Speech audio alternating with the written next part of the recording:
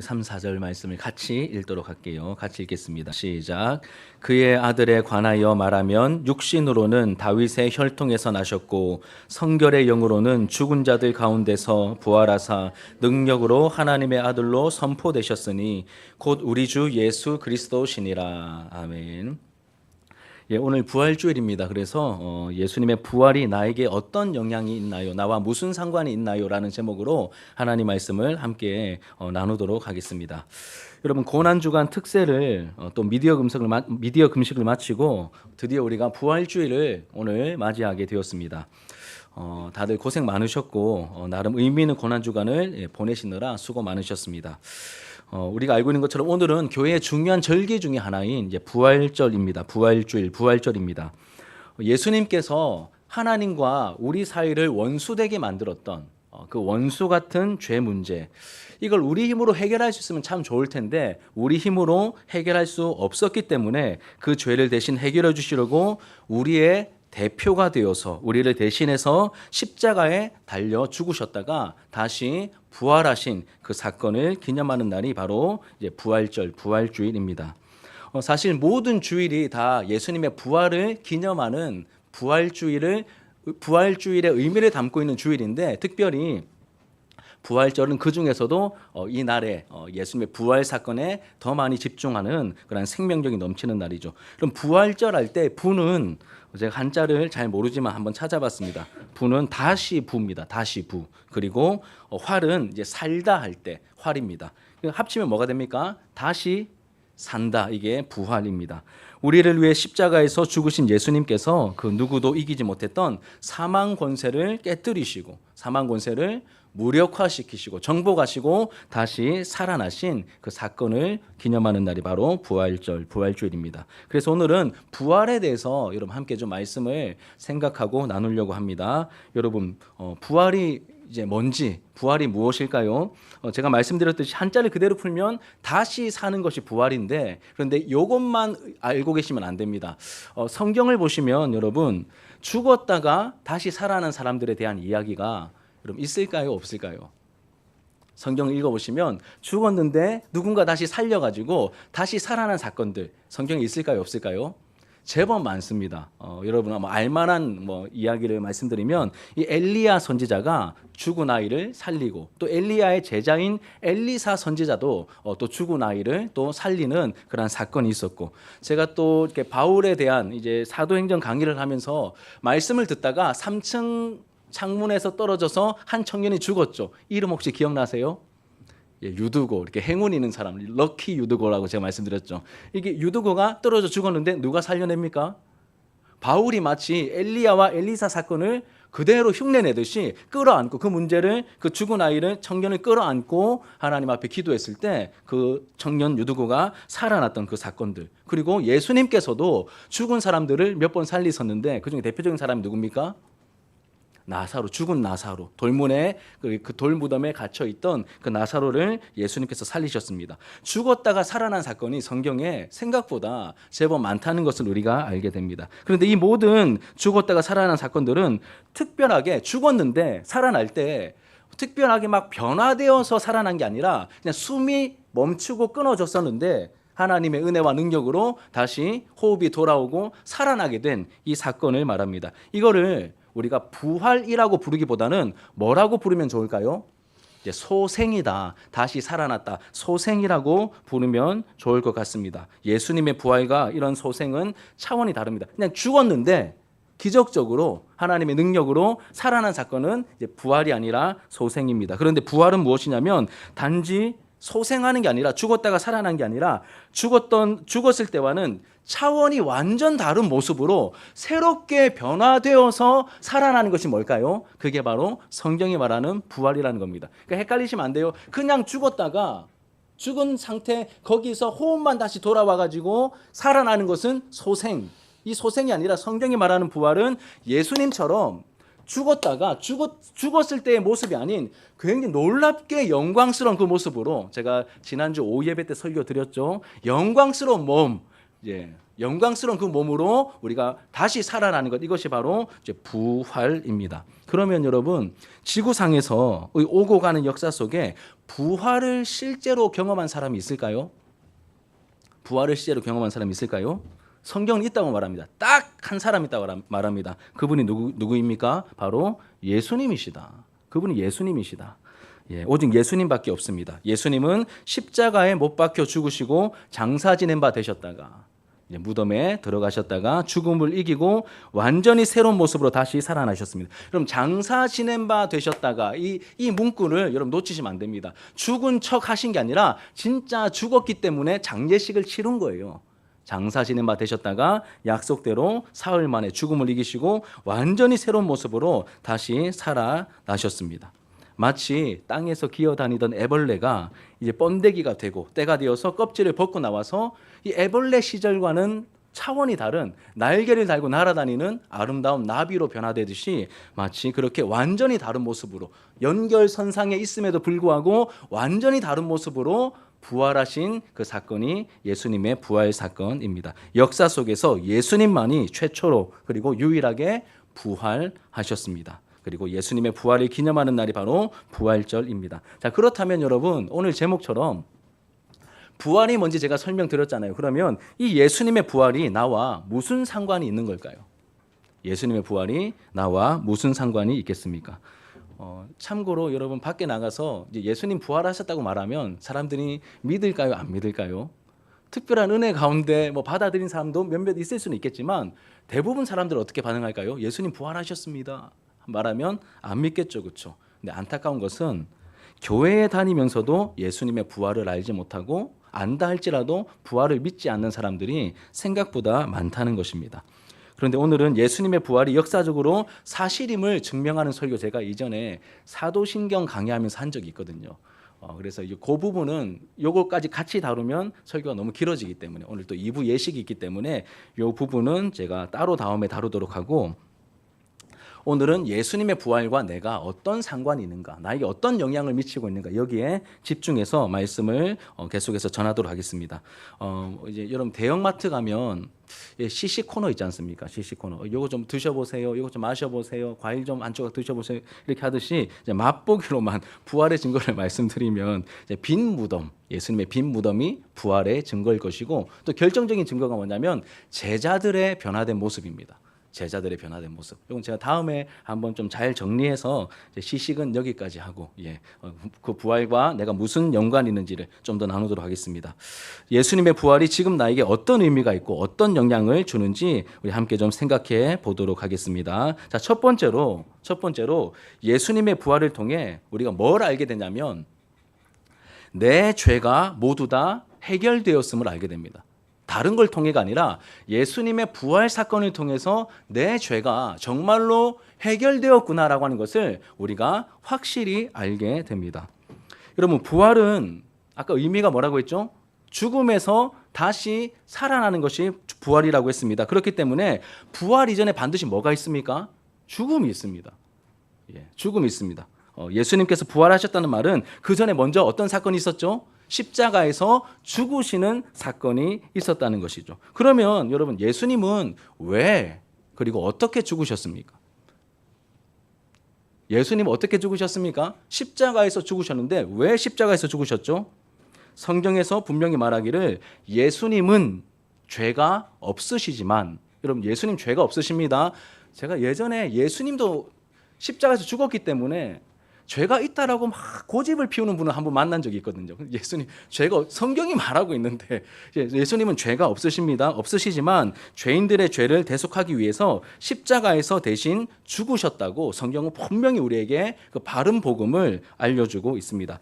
죄가 없으신 예수님께서 누군가를 대신해서 죽으신 것이죠. 우리가 잘 알고 있는 이 세례 요한, 구약의 마지막 선지자라고 예수님께서 친히 말씀해 주신 이 세례 요한의 외침처럼 예수님은 세상 죄를 짊어지고 가는 하나님의 어린 양으로 오셔서 인류의 죄를 짊어지시고 십자가에 못 박혀 굉장히 처참하게 죽으셨습니다. 여러분, 죽을 이유가 하나도 없는 흠 없는 어린 양. 여러분, 흠 없는 어린 양은 죽어야 될까요? 잘 키워야 될까요? 상식적으로. 흠이 하나도 없어요. 1년 된 너무 생명력이 너무 막 이렇게 막 파릇파릇하고 너무 흠도 없고 깨끗한 이 어린 양이 있습니다. 이 어린 양은 잘 키워야 될까요? 잡아야 될까요? 당연히 살려야 되죠. 그런데 흠 없는 어린 양이신 예수께서 죄가 하나도 없음을 상징하는 표현이잖아요. 죄가 하나도 없으신 이 예수님, 죽을 이유가 하나도 없으신 예수님께서 이 법 없는 자들의 손에 넘겨져서 죽임을 당하셨습니다. 이렇듯 예수님의 십자가는 우리의 죄를 대속하기 위한 사건이었습니다. 자, 잘 들으세요. 예수님의 십자가는 우리의 죄를 대속하기 위한 사건이었습니다. 그런데 문제는 그걸 어떻게 확인하느냐는 것입니다. 그 죽음이, 그 십자가가 진짜 우리를 위한 십자가인지 어떻게 확인을 할 거냐? 이거 어떻게 확인하시겠습니까? 설명할 길이 없잖아요. 설명할 길이 없습니다. 그래서 실제로 예수님께서 십자가에 달려 죽으셨을 때 구약 율법에 이런 내용이 있습니다. 신명기 21장 23절 같이 한번 읽어볼까요? 시작. 나무에 달려 죽은 사람은 하나님께 저주를 받은 자. 하나님께 저주를 받은 자라고 그렇게 성경 율법이 단언하고 있습니다. 나무에 달려 죽은 사람은 하나님의 저주를 받은 자라고 단언하고 있습니다. 실제로 예수님께서 십자가 나무에 달려 죽으셨을 때 사람들이 어떻게 생각했을까요? 그동안 좋은 일 많이 한 건 아는데 결국 마지막이 십자가에 달려 죽은 걸 보니 자기 죄 때문이네. 하나님의 저주를 받았네. 예수님이 가장 많이 쓰신 그 누명이 무엇이죠? 하나님의 아들이라고 말했잖아요. 신성모독자네. 유대인들 사이에서 결코 용서받을 수 없는 신성모독자네. 자기 죄 때문이네. 거기다가 로마인들에게 넘길 때는 지가 유대인의 왕이라고 우겼으니 정치범이네. 예수님 십자가에 달려 죽으실 때는 나무에 달려 죽으니까 다 그렇게 보일 수밖에 없는 거예요. 그래서 사람들이 다 떠나갑니다. 다 저주를 하고 다 떠나가게 되죠.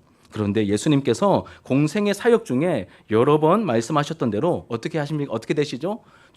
십자가에서 죽으셔서 실제로 무덤에 묻히시고 장사되셨는데 예수님께서 공생의 사역 중에 말씀하신 대로 어떻게 됩니까? 사흘째 되는 날에 부활하십니다. 다시 살아나게 되시죠. 장사 지내마 되셨던 그 빈 무덤과 허물처럼 남겨져 있는 그 세마포 수위가 그 결정적인 증거입니다. 이 부활 사건을 통해 여러분 뭐가 증명될까요? 죽었을 때는 십자가에 달려 죽었을 때는 에이 신성모독자 맞네. 정치범이 맞네. 자기 죄 때문에 죽는 게 맞네. 다들 그렇게 저주하고 손가락질하고 다 돌아갔는데 예수님이 어떻게 되셨어요? 다시 살아나신 거예요. 놀라운 모습으로 변화되어 살아나신 겁니다. 그러니 뭐가 여러분 증명됩니까? 자기 죄 때문에 죽고 끝났으면 저 사람은 정치범, 신성모독자 맞다로 끝날 텐데 다시 살아나니까 이게 판이 바뀌는 겁니다. 부활로 말미암아 이 판이 바뀌는 거예요. 예수님은 정치범이 아니었네. 신성모독자가 아니었네. 예수님은 자기 죄 때문에 죽은 게 아니었네. 예수님은 죄가 없으시네. 부활로 말미암아 다 증명되고 확인되는 거예요. 그러면 여러분 이런 질문 생깁니다. 그러면 왜 죽으셨던 걸까? 죄가 없는데 왜 죽으셨던 걸까? 왜 죽으셨던 걸까요, 여러분? 누구 죄 때문에 죽으셨던 걸까요? 우리 죄 때문이죠. 우리 죄 때문입니다. 그러니까 예수님의 어떠함 때문이 아니라 나의 죄 때문에 대신 죽으신 거라는 것이 무엇을 통하여 증명되죠?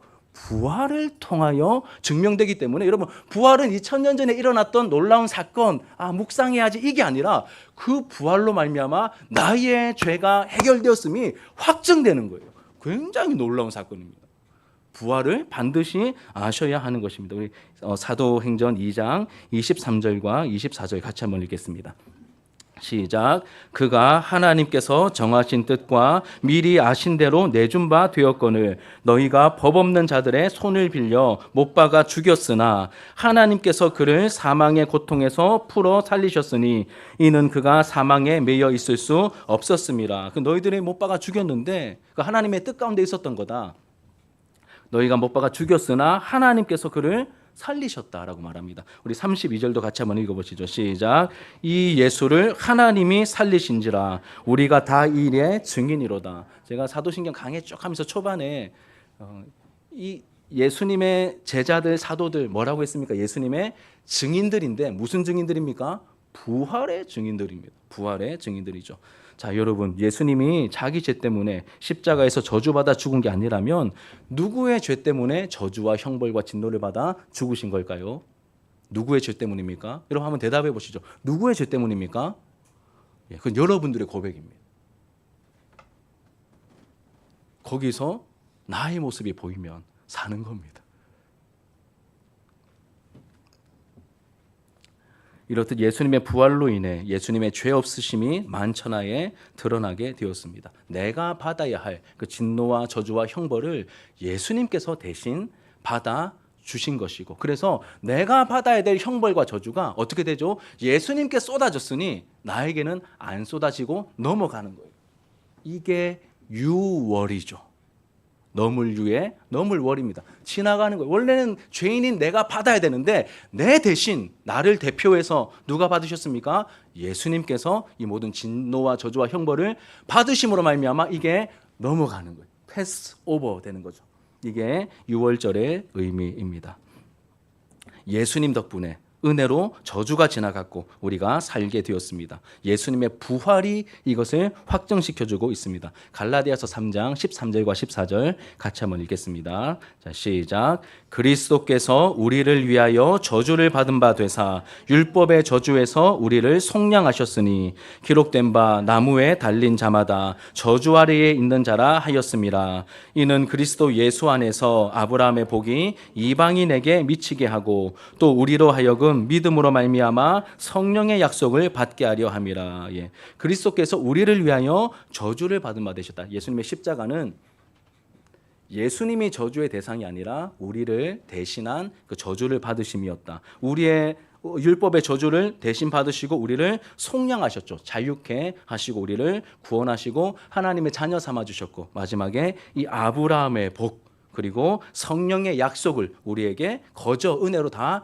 선물로 주셨습니다. 새로운 시대를 열어주신 것이죠. 이것이 부활의 첫 번째 의미입니다.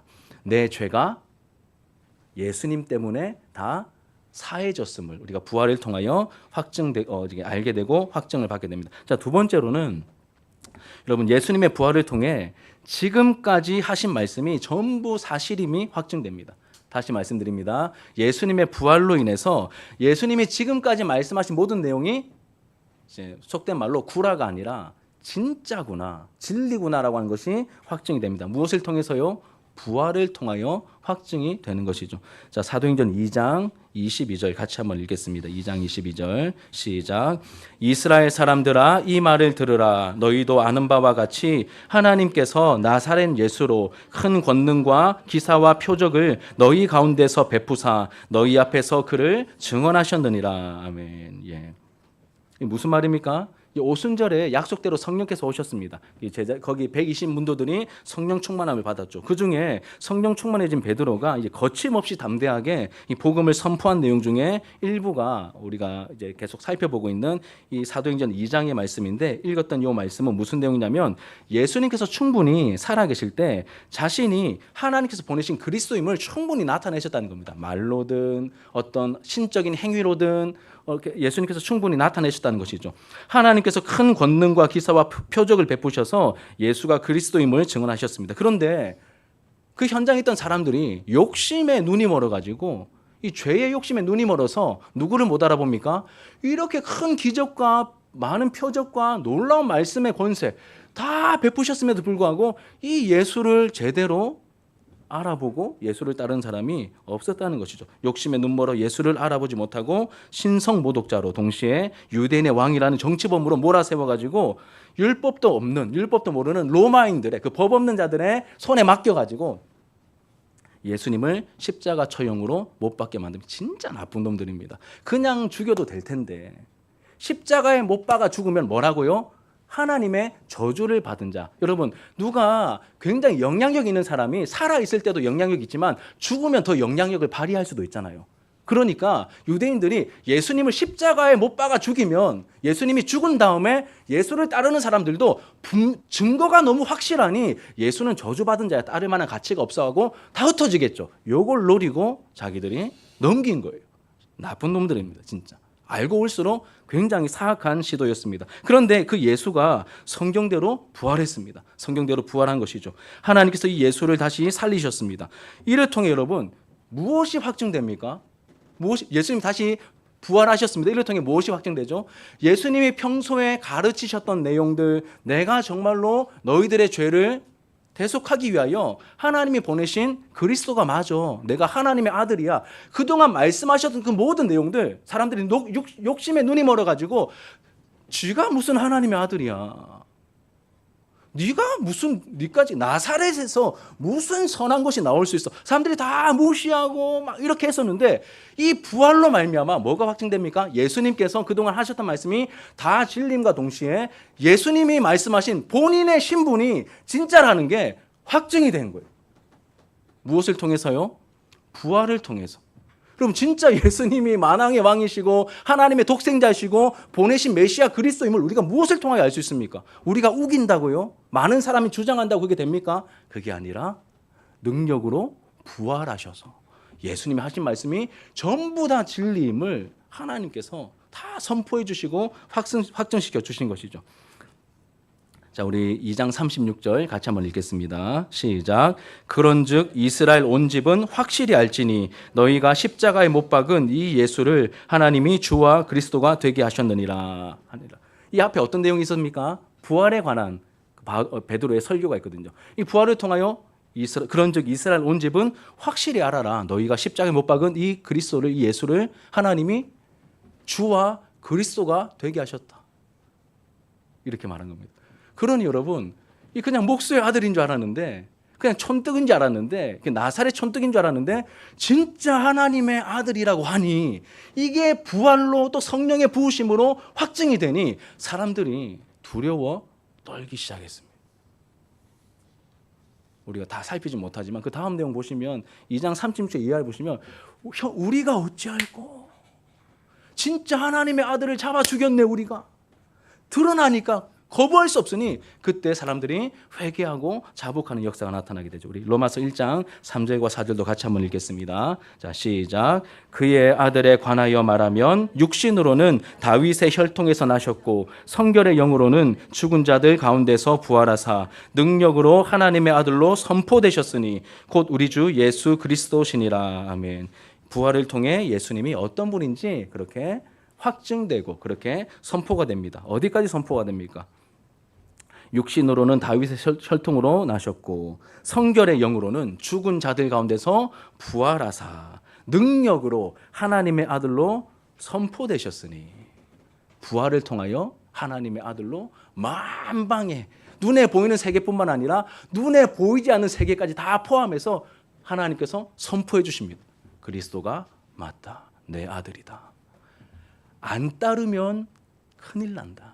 따르는 자들은 살 거다. 이 복음을 선포해 주신 것이죠. 성경대로 우리를 대신해서 십자가에 못 박혀 죽었다가 성경대로 다시 사신 이 나사렛 예수가 정말 하나님의 아들이요 우리의 주와 그리스도이심을 하나님께서 이 부활 사건을 통하여 알려주셨습니다. 그분 앞에 여러분 그 부활하신 영광의 주님 앞에 합당하게 반응하면 삽니다. 죄를 용서받고 성령을 부어주시고 살려주십니다. 그런데 합당하게 반응하지 않으면 어떻게 될까요? 그분을 그리스도와 왕으로 영접하지 않으면 다 죽는 겁니다. 멸망한다라고 성경은 분명히 이야기하고 있습니다.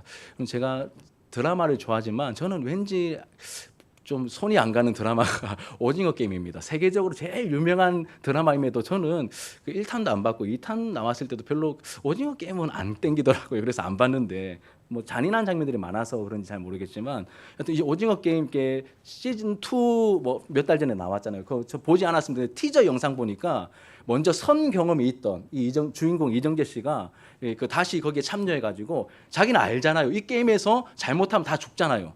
그래서 무궁화 꽃 아시죠? 무궁화 꽃이 피었습니다. 딱 하는데 이제 사람들이 막 이렇게 장난식으로 막 대하니까 이정재는 알거든요. 여기 잘못하면 진짜 죽는, 총 맞아 죽는 거 아니까 어래 이러면서 다 꼼짝만 하고 지금 이 상황에 반응하라고. 반응 안 하면 어떻게 될까요? 안 따르면 죽는 거예요. 그런데 따르면 사는 거죠. 그래서 제가 말씀 묵상하다가 그 장면이 그냥 또 아이들이 많기 때문에 딱 떠올라가지고 이 예수님의 말씀, 이 복음 앞에서 반응하면, 제대로 반응하면 우리가 생명을 얻어 사는 것이고, 그 쉽게 여기고 뭐 진짜 뭐 맞아 하면서 내 마음대로 굴다가는 죽는 거죠. 이 예수님을 하나님의 아들이며 우리의 구원자이신 그리스도로 믿는 사람, 그래서 예수님과 새로운 관계를 맺은 사람들에게 베푸는 예식이 바로 세례식입니다. 그리고 그 세례를 준비하는 그 미리 하는 예식이 바로 학습 예식입니다. 자, 세 번째로 여러분, 예수님의 부활을 통해 우리도 주님처럼 부활할 거라는 소망을 가지게 됩니다. 예수님의 부활을 통해 우리도 부활할 거라는 그러한 소망을 가지게 됩니다. 자, 여러분, 역사 속에서 부활하신 분은 한 분밖에 없다고 했습니다. 소생 말고요. 부활하신 분은 한 분, 예수님밖에 없습니다. 예수님은 부활의 첫 열매가 되시죠. 예수님은 부활의 첫 열매가 되십니다. 고린도전서 15장 20절부터 22절 같이 한번 읽겠습니다. 시작. 그러나 이제 그리스도께서 죽은 자 가운데서 다시 살아나사 잠자는 자들의 첫 열매가 되셨도다. 사망이 한 사람으로 말미암았으니 죽은 자의 부활도 한 사람으로 말미암는도다. 아담 안에서 모든 사람이 죽은 것 같이 그리스도 안에서 모든 사람이 삶을 얻으리라. 아담 안에서 모든 사람이 죽은 것 같이 그리스도 안에서, 이 한 사람 그리스도 안에서 모든 사람이 삶을 얻을 것이다 말하고 있는데, 그 앞에 뭐라고 말합니까? 예수님이 부활의 첫 열매다 이렇게 말합니다. 이 첫 열매가 나타나면 여러분, 그 다음에 우리가 뭘 기대하게 됩니까? 처음 나타난 열매처럼 다른 열매들도 계속해서 맺히겠구나라고 하는 것을 우리는 첫 열매를 통해서 알 수 있습니다. 첫 열매를 통해서 기대할 수 있는 것이죠. 부활의 첫 열매가 예수님을 통하여 맺히게 되었습니다. 그리고 약속하신 때가 되면 예수님께서 심판의 주인으로 다시 오실 때 예수님과 연합되어 있는 우리도 예수님처럼 영광스럽게 부활하게 될 것입니다. 여러분, 예수님이 부활하셨대. 예수님 놀라운 분이야. 여기서 멈추시면 안 됩니다. 이 부활이 나와 무슨 상관이 있는데? 여기까지 가야 됩니다. 예수님의 부활, 첫 열매가 되신 예수님처럼 우리도 때가 되면 나도 예수님처럼 부활하게 될 거야. 여기까지 가야 이 부활이 나에게 의미가 있는 것이죠. 우리 빌립보서 3장 20절 21절 우리 같이 한번 읽겠습니다. 시작. 그는 만물을 자기에게 복종하게 하실 수 있는 자의 역사로 우리의 낮은 몸을 자기 영광의 몸의 형체와 같이 변하게 하시리라. 아멘. 우리의 낮은 몸을 자기 영광의 몸의 형체와 같이 변하게. 말이 좀 어렵죠. 그래서 표준 세번역 보시면 훨씬 쉽게 번역되어 있습니다. 다시 한번 여러분 표준 세번역 같이 읽겠습니다. 시작. 그분은 만물을 복종시킬 수 있는 권능으로 우리의 비천한 몸을 변화시켜서 자신의 영광스러운 몸과 같은 모습이 되게 하실 것입니다. 훨씬 쉽죠, 그렇죠? 예수님처럼 우리도 그렇게 영광스럽게 변화시켜 주실 것이다. 부활할 때가 있을 것이다라고 말을 하고 있습니다. 여러분, 우리가 이 땅을 살아가면서 공로를 많이 쌓고 선행을 많이 해야 나중에 부활을 하게 되는 것이 아닙니다. 성경은 그렇게 말하고 있지 않습니다. 이것은 하나님께서 세우신 하나님의 어떤 뜻이고 하나님의 계획이고 하나님의 정책이죠.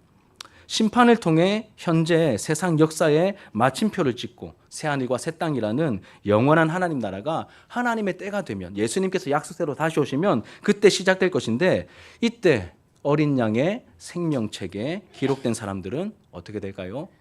영화롭게 된 영혼과 또 영광스러운 몸이 연합되어서 그 부활의 영광 속에 하나님 약속하신 새 하늘과 새 땅에 아브라함이니까 먼저 들어가고 모세니까 먼저 들어가는 게 아니라 일시적으로 다 예수님께서 재림하시고 할 때, 그때 일시적으로 다 부활하여서 심판대 앞에 서게 될 것이고, 어린 양의 생명책에 이름이 적힌 사람들, 그러니까 어린 양과 관계 있는 사람, 어린 양과 관계를 맺은 사람, 예수를 믿은 사람들은 그 생명책에 이름이 있을 것이고, 생명책에 기록된 사람들은 그 예비하신 영원한 나라 새하늘과 새 땅에 우리가 함께 들어가게 될 것입니다. 누구와 함께? 주와 함께이지만 아브라함도 모세도 다윗도 우리보다 앞서지 못합니다. 다 같이 들어가게 될 것입니다. 이게 부활의 영광이고 우리에게 주신 부활의 소망이죠. 이것이 여러분 성경의 엔딩입니다. 성경의 엔딩. 우리가 예배를 위해 모일 때마다 고백하는 사도신경의 엔딩이기도 하다. 오늘도 우리가 고백했죠. 죄를 용서받는 것과 몸의 부활과 영생을 믿습니다. 몸의 부활과 그 새하늘과 새 땅에서 누리게 될 그 영생을 우리가 믿습니다. 아멘. 이렇게 우리가 마치게 됩니다. 자, 이제 이런 마지막으로 부활에 대한 말씀이 나에게 어떻게 와닿고 있는지 한번 생각하면서 오늘 말씀을 좀 맺으려고 합니다. 사랑하는 여러분, 부활에 대한 메시지를 통해 오늘 이렇게 들었는데 어떤 위로와 어떤 격려를 받으십니까? 어떤 격려를 경험하고 계십니까? 만약 부활에 대한 말씀이 별로 위로와 소망으로 와닿지 않는다면 왜 그런 걸까요, 여러분? 왜 그런 걸까요? 복잡하게 생각할 필요 없습니다. 먼저는 믿지 않으면 나에게 위로가 될 리가 없겠죠. 또 두 번째로는 내 영혼이 너무 무뎌져서 깊이 잠들어 있어서 말씀이 안 들려서 그럴 수도 있습니다. 그러면 무엇이 우리 영혼을 이 하나님의 약속에 대해 무뎌지게 만든 걸까요? 뭐가 우리를 무뎌지게 만든 걸까요? 이 세상의 유혹이죠. 이 세상의 분주함과 여러 가지 유혹일 것입니다. 이 세상은 우리가 지나쳐가는 광야의 과정일 뿐인데 이 과정에서 모든 에너지를 다 쏟아가지고 여기서 승부를 내고 여기서 뭔가 자기 성을 세우고 자기 나라를 만들려고 하면 여러분 부활은 나에게 소망으로 다가올 수 없습니다. 여러분 광야는 통과해야 될 것입니다. 우리에게 진짜 마련해 주신 진짜 목적지는 따로 있다고 말합니다. 어디입니까? 우리가 부활할 때 경험하게 될 들어가게 될 그 영원한 새 하늘과 새 땅이다. 이렇게 분명히 말씀하고 계십니다. 그럼 오늘 말씀을 통해서 여러분 우리가 내세에 대한 소망을 이 땅이 살만하니까 내세에 대한 소망 잘 안 가지잖아요. 솔직히 바쁘기도 하고 마음 많이 뺏겨 있으니까 이 내세에 대한 어떤 묵상이나 소망을 잘 안 가지는 경우가 많은데 이런 기회에 이런 말씀을 들을 때 여러분 우리 영혼의 등짝에 하나님께서 등짝 스매시, 얘들 알지? 등짝 스매시, 등짝을 딱 치는 것처럼 하나님께서 흔들어 깨우시는 것 같습니다. 너희들 여기서 뭐 영원히 살 거야? 내 아들아, 내 딸들아, 너희들 왜 여기에 너무 그렇게 아둥바둥 거리니? 진짜 목적지는 따로 있는데 왜 여기서 이렇게 아둥바둥 거리니? 왜 나를 신뢰하지 못하니? 좀 내려놔라. 욕심을 좀 내려놔라. 우리 하나님 추구하다 책 읽을 때 그 소유욕, 우리의 자아 내려놔라. 깨어져야 돼. 십자가에서 처리되어야 돼. 그 하나님을 바라봐. 예수님을 바라봐. 그 예수님을 바라봐라는 말은 또 궁극적으로 부활하신 예수님, 우리에게 약속하신 그 영광의 소망을 바라보라고 하시면서 그 믿음의 길을 같이 걸어가자고 우리에게 말씀하시는 것이죠. 사랑하는 여러분, 여러분에게 부활에 대한 약속은 구경하는 관상용입니까? 아니면 나에게 능력이 되는 체험용이십니까? 이 부활에 대한 메시지와 부활에 대한 이 말씀은, 이 약속은 여러분들에게 관상용이십니까? 아니면 나에게 소망과 능력을 주는 체험용이십니까? 분명히 우리는 기억해야 됩니다. 부활은 믿는 성도들에게 현재의 고난과 유혹을 이기게 만드는 능력이라고 말씀하십니다. 이건 부활은 능력입니다. 부활에 대한 믿음은 능력으로 나타나게 됩니다. 왜 부활이 능력일까요? 부활은 말 그대로 다시 사는 겁니다. 그럼 부활은 쉽게 말하면 생명입니다, 여러분. 생명. 생명이 얼마나 힘이 있습니까? 생명력이라고 하잖아요. 여기 커튼 이거 치면 여러분 여기 옆에 조그만 화분들이 몇 개 있습니다. 한 6개 정도. 그 제가 매주일마다 물 주면서 제가 개인적으로 받아서 제가 개인적으로 키우는 화분인데 겨울에 얘네들 거의 다 죽는 거 아니야? 이렇게 생각하다가 이 햇빛이 이쪽으로 제대로 들어오기 시작하니까 와, 여러분 생명력을 발휘하는데 새로운 싹들이 튀어나오고 나중에 이런 식사하시면서 시간 하시면 커튼 한번 보십시오. 와, 야, 이 너무 신기하다. 이 생명이 진짜 힘이 있다. 그런데 여러분 그냥 생명력이 아니라 죽음을 이기고 부활한 죽음을 이긴 생명입니다. 그러니 이 부활의 능력이 얼마나 놀라운 생명력일까요? 그 생명력을 여러분 우리에게 너희들 나중에 이 부활의 생명력을 줄 거야 말씀하신 게 아니라 이미 우리가 가지고 있다라고 말씀하십니다. 그 부활의 생명력이, 그 영생이 이미 우리에게 주어져 있다. 예수 안에 그 영생이 있고 그 예수를 우리가 영접했으니 그 영생, 그 부활의 생명력이 이미 우리 안에 있고 작동하고 있다. 성경은 이렇게 말합니다. 같이 한번 확인하겠습니다. 요한 1서 5장 11절 13절 시작. 또 증거는 이것이니 하나님이 우리에게 영생을 주신 것과 이 생명이 그의 아들 안에 있는 그것이니라. 아들이 있는 자에게는 생명이 있고 아들이 없는 자에게는 생명이 없느니라. 내가 하나님의 아들의 이름을 믿는 너희에게 이것을 쓰는 것은 너희로 하여금 너희에게 영생이 있음을 알게 하려 함이라. 이 영생이 있습니다, 여러분. 이미 영생이 시작되었습니다. 부활의 능력을 우리는 가지고 지금 이 땅을 살아가고 있다는 사실을 아셔야 됩니다. 이 성경의 약속이고 성경의 증언이죠. 이미 우리에게 영생이 부활의 생명을 주셨습니다. 부활의 능력인 또 하나의 이유는 부활하신 영광의 주님께서 우리와 함께하고 계시기 때문입니다. 부활 자체에 놀라운 생명력이 있을 뿐만 아니라 부활하신 영광의 주님께서 우리와 함께하고 계십니다.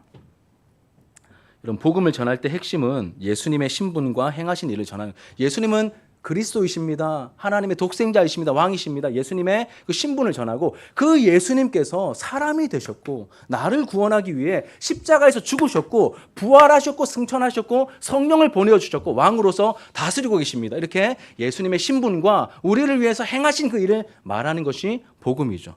이것이 바로 복음입니다. 그리고 그분을, 그 신분과 행하신 일을 듣고 믿어지는 사람은 어떻게 할까요?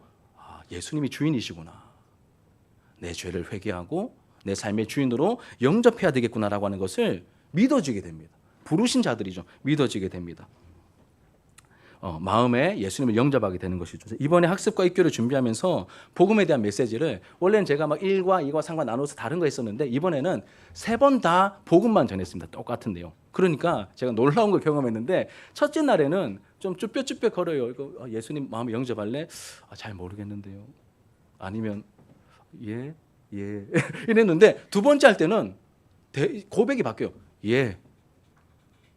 복음이 선명해지니까. 그러니까 어제 저녁에 모여가지고 제가 일부러 여러분 기도 부탁한다고 사진 올렸잖아요. 어제 저녁 8시에 모여가지고 햄버거 하나 먹고 애들 좀 배 좀 채워놓은 다음에 이렇게 하는데 세 번째로 똑같은 내용 딱 하고 난 다음에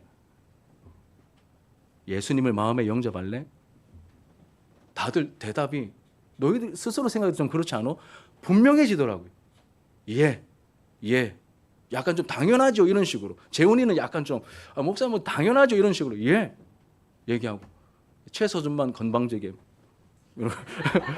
너무 맞다는 뜻이죠. 너무 맞다는 예가 너무 맞다는 의미에서 대답할 가치도 없다는 거예요. 예라는 거죠. 완전 예라는 거죠. 예수님에 대해서 얘기해 주니 이 아이들이 감사하게도, 하나님께 너무 감사하고 아이들에게 너무 감사하게도 예수님 믿겠습니다. 예수님 나의 삶의 주인이십니다. 십자가와 부활을 믿습니다. 이 고백을 아이들이 어제 같이 했었거든요. 그리고 나서 제가 마지막에 물어봤습니다. 그러면 예수님을 너희가 알게 되었고 마음에 영접했는데, 마음에 영접, 웰컴해서 마음에 영접했는데 그럼 그 예수님은 지금 어디에 계실까? 얘들아, 예수님 지금 어디에 계시지? 내 마음에 영접했잖아요. 여러분 어디에 계십니까? 나와 함께 하시잖아요. 그 부활하신 영광의 주님이 성령으로 내 안에 계셔서 나와 함께 하십니다. 그러니 여러분, 부활이 능력인 것입니다.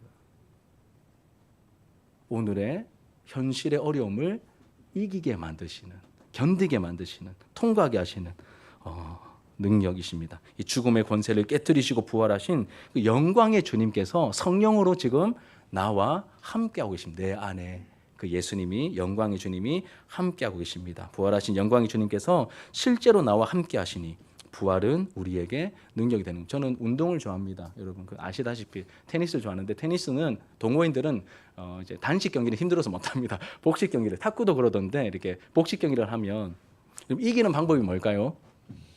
복식 경기에서 이기는 방법이 뭘까요?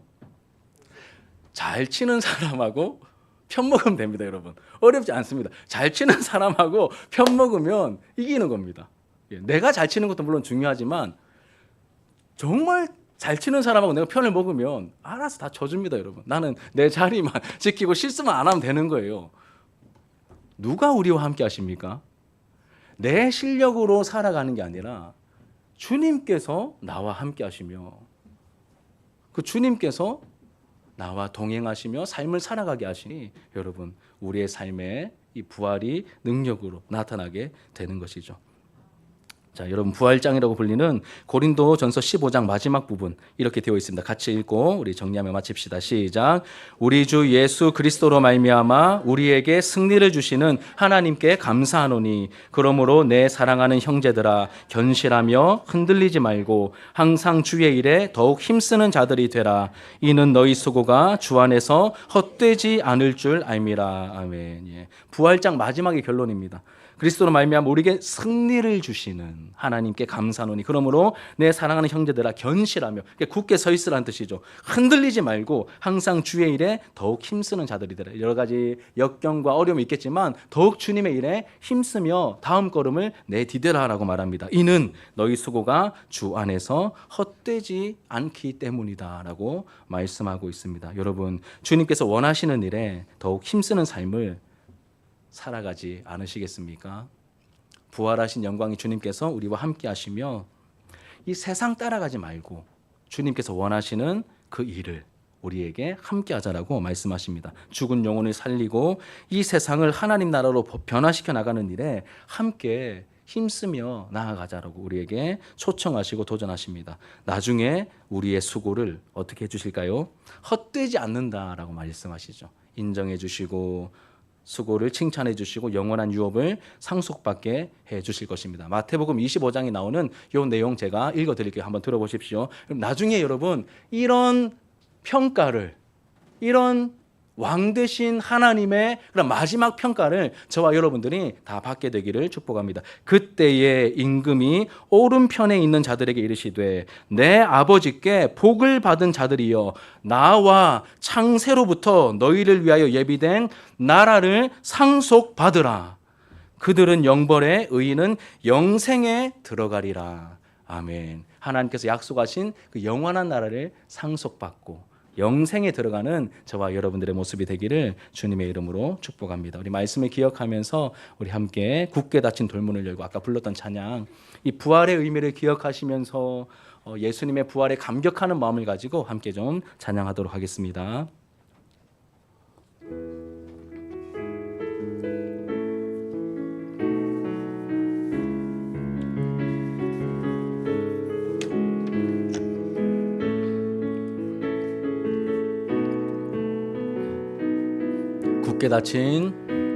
굳게 닫힌 돌문을 열고 죽음을 이기신 주 절망이 몰려올 때도 눈 들어 주를 보내 의지 못할 생의 자금과 현실의 불안함 앞에 절망이 몰려올 때도 눈 들어 주를 보내